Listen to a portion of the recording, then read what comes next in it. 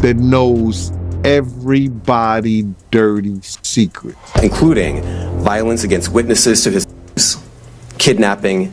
How many appear to be potentially victimized? How many might have been victimizing? I think all. Jaguar Wright has just dropped a bombshell about what Diddy and Oprah supposedly did to Ice Cube. According to her, there's a hidden story behind their actions that might surprise a lot of fans. There to pretend to be his friend on camera. But I mean, you kind of did the same thing with Luther Vandross when you humiliated him on his deathbed. What makes them so mad is when you don't want to be a part of their club. That pisses them off. New allegations suggest that Diddy and Oprah may have teamed up to prevent Ice Cube from speaking out against their elite circle. According to these claims, they supposedly tried to silence him to protect their own interests. What club am I talking about? I'm talking about the club of gatekeepers that we all got to deal with. You know who they are, and they definitely know who they are. A lot of people would be like, what? Who?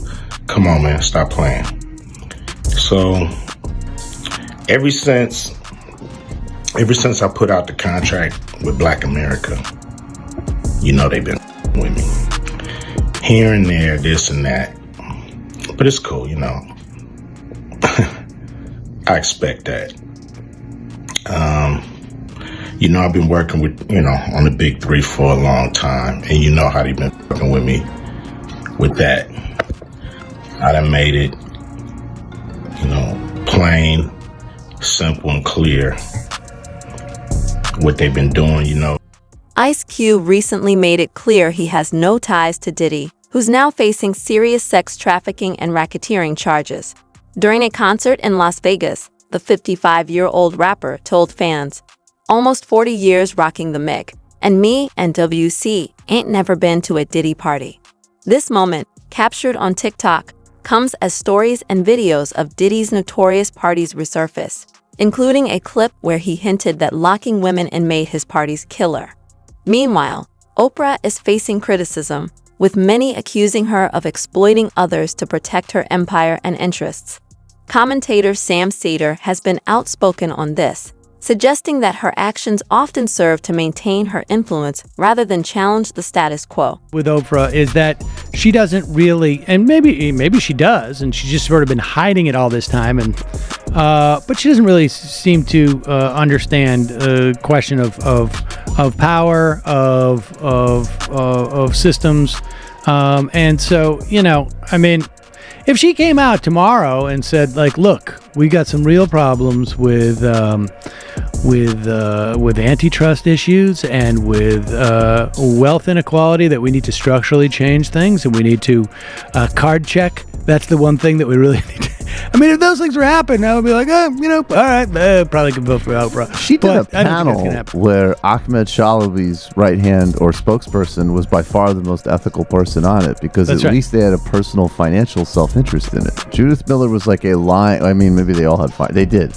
Because who else would know who Kenneth Pollock is if he didn't write that friggin' book? Right, exactly. Jesus. There's nothing like having Curveball's right-hand man on your show to prove that we should go to war. Yeah. And then also, the first one was Judith Miller. Right. Yeah. Great. It was great stuff. She's going to launch the wokest drone strikes. The wokest drone. Oprah doesn't have the same public admiration she once did. More people now question her intentions and approach. I am so tired of Oprah. I really am. All these people in the world got a problem with you, and you think you ain't the problem. Even Taraji. Come on. Nobody becomes a billionaire by being ethical, baby. I'm just saying. Nobody becomes a billionaire by being ethical. So me seeing Oprah get dragged, I'm like, ooh, hit her again. Ooh, hit her again. Hit her again. Especially how she did them people in Maui talking about, I'm gonna pray for you while you got all them acres of land. Get the land away, baby. Faith without works is dead. Prayer without works is dead. Give the land back, baby. So anyway, it's been nice seeing the internet drag Oprah. I know Monique is so happy that the internet is finally waking up about Oprah. Like, she gives me the worst vibes ever. And the first red flag was that billionaire shit. That was the first red flag for me. But then she kept having issues with people, and people kept talking about their issues with her, and I was just like, ooh, you were real. One of the most disturbing allegations against Oprah, particularly in light of recent discussions, is the claim that she may have used her South African school as a cover for trafficking minors.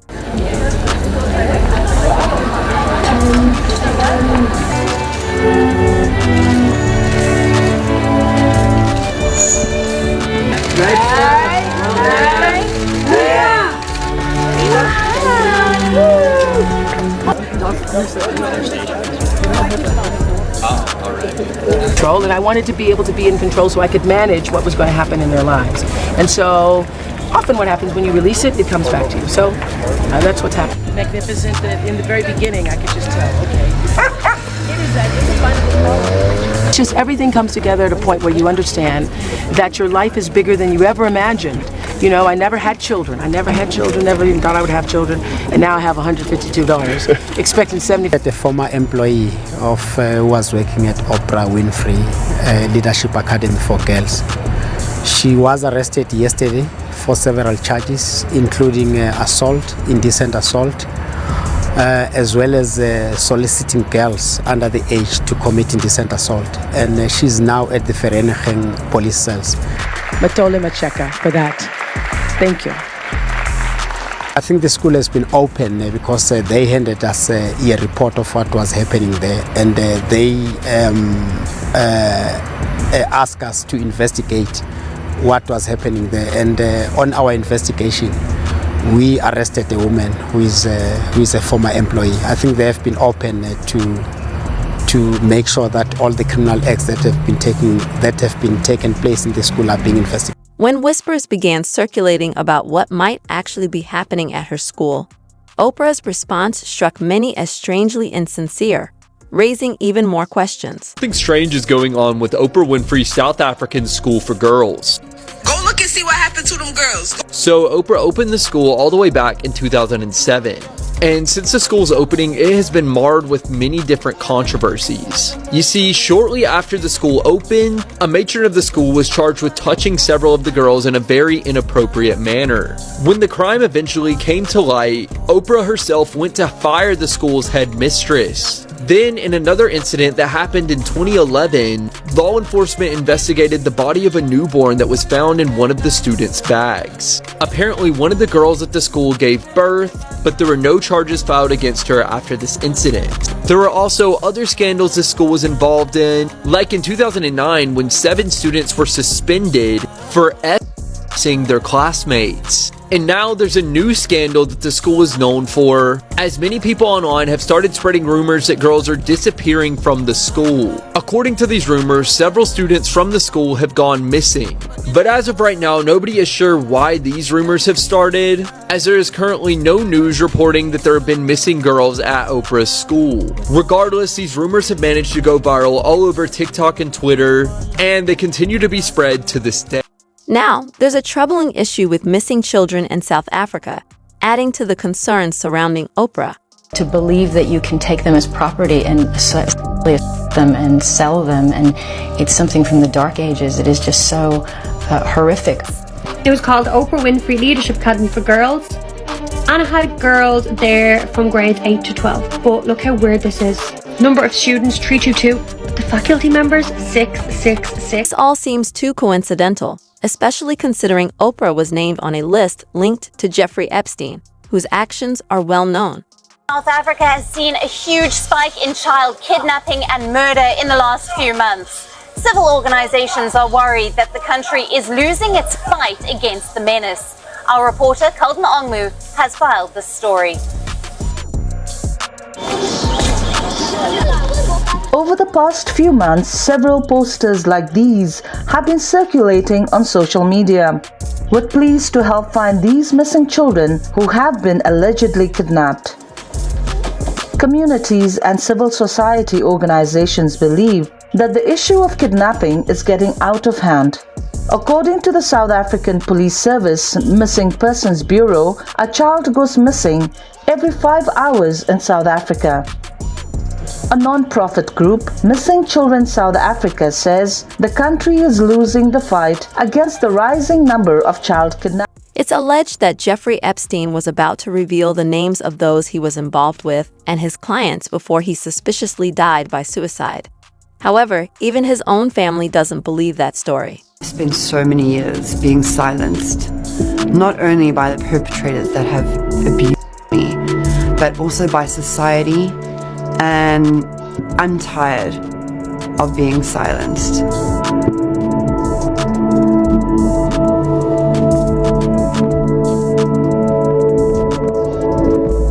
I would like to make it very clear, Ghislaine is as guilty, if not worse, than Jeffrey.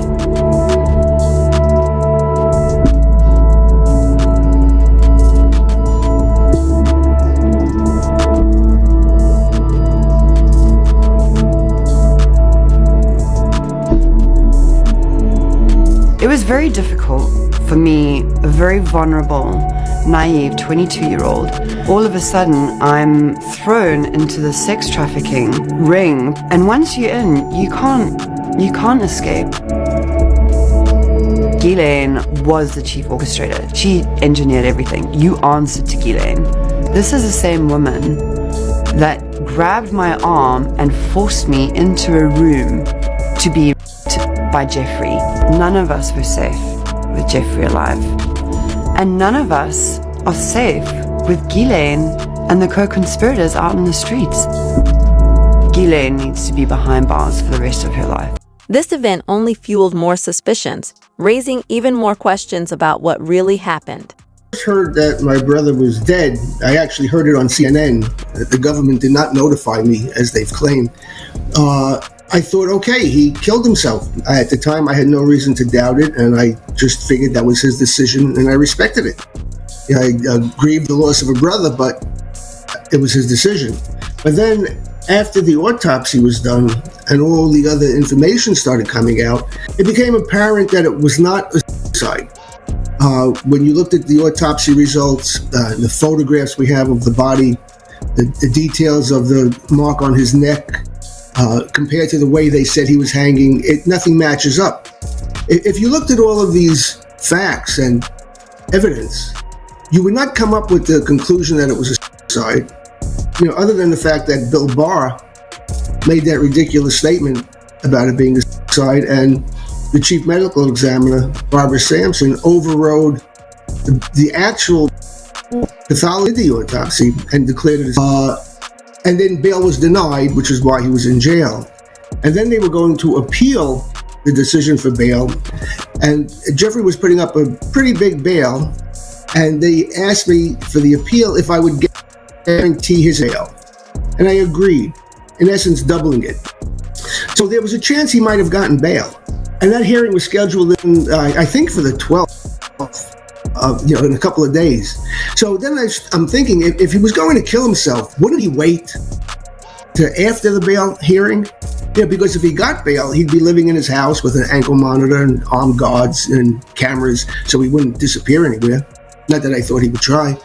And then if bail was denied again, then it would be a more compelling argument for him to kill himself if he wanted to. A few days before the bail hearing makes no... Wanted to kill Jeffrey Epstein, right? They had to assume he was about to talk and give information about some, high-profile people. Otherwise, what would be the incentive to kill him? Did you ever get an understanding from your brother that he was going to talk about anything, that he was going to be, be a government witness? I mean, because I'm trying to understand what the motivation would be for him to be murdered in prison. Well, I believe you're right. Again, that's which I tend not to do. Yes, Jeffrey did have... I didn't speak to Jeffrey while he was in prison. Okay. The last time I spoke to Jeffrey was the night before he flew home when he got arrested. He called me from France, and we just had a normal conversation.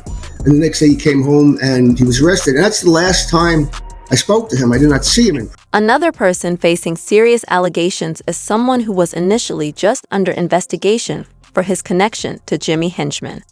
Now, lawsuits have been filed against him for trafficking and abusing children. In an exclusive interview with Banfield on News Nation, Courtney Burgess revealed she had received 11 flash drives containing at least 8 sex tapes involving Diddy and several celebrities. Burgess testified before the grand jury in New York, stating that among the celebrities in the tapes, 2 to 3 were minors. 8 videos, 8 celebrities, 6 men and 2 women. How many of those 8 celebrities were close to being underage or potentially underage? 2 males.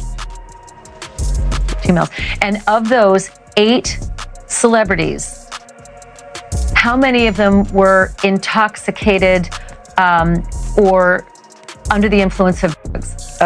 This is going to be all speculation. I just want to preface it by he wouldn't know if Appeared they to be. were. Right. Sure. Appeared to Let be. me rephrase right. it. Based on, yes. Understand. Out of the 8 celebrities who were recorded having intimate relations with Sean Combs, how many of them appeared to be either inebriated or intoxicated or under the influence of drugs? All of them. All of them. Out of those 8, how many appear to be potentially victimized? How many might have been victimizing? I think all, to be honest, all. Were victims They or victims. were perpetrating? Victims. They were all 8 were victimized, Yeah, meaning this was happening to them and they were inebriated. Right.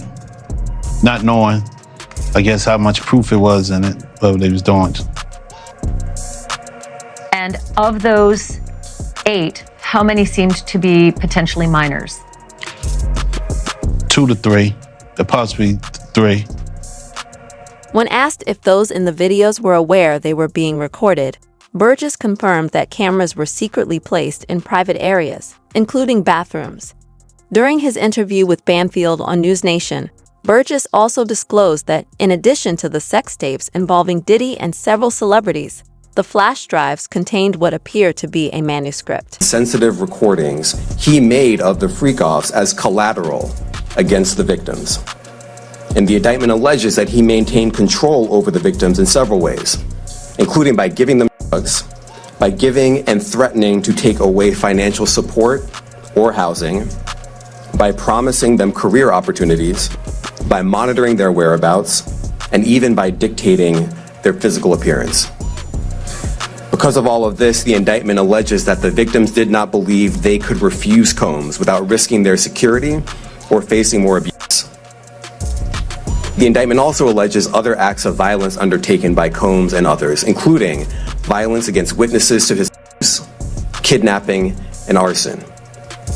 The indictment alleges that on more than one occasion, Combs carried or brandished firearms to intimidate and threaten victims and witnesses. Burgess mentioned that the manuscript appeared to be based on private journals belonging to Kim Porter, Diddy's ex-girlfriend, though it's unclear who actually wrote it. Given the complexities surrounding the Kim Porter situation, there's certainly a lot to unpack here. That nobody spoke on. Why is that a person could say that they left at 8 in the morning and Kim was alive, and 11, she's dead? Some foul play, bro. If it was foul play, why would somebody want Kim Porter killed? It's a couple of women in this industry, and for their sake, I will not mention their name. Listen to me. There's a couple of women, probably more than a handful, but I know about 4 of them that knows everybody's dirty secrets.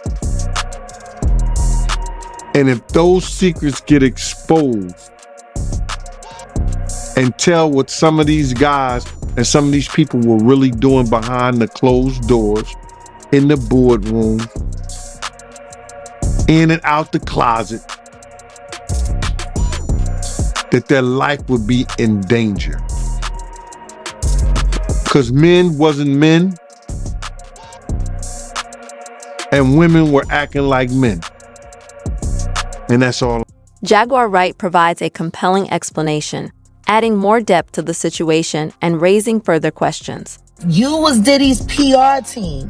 The smartest thing for you to do would be create your own version of the Kim Porter book. And make sure it gets pushed out there first, so anything that comes after will always be held in question. It's brilliant. It's great spin. Get his version out before the real version come out. Y'all better believe everything that Al B. Shore says. It's about to get disgusting. See, this is the thing. Kim's official book was never sent out to anybody incomplete. Burgess's attorney clarified that he didn't alter the manuscript, though it was unclear whether he received it from a man or a woman. When asked if the manuscript was truly based on Kim Porter's diaries, Burgess confirmed it seemed authentic.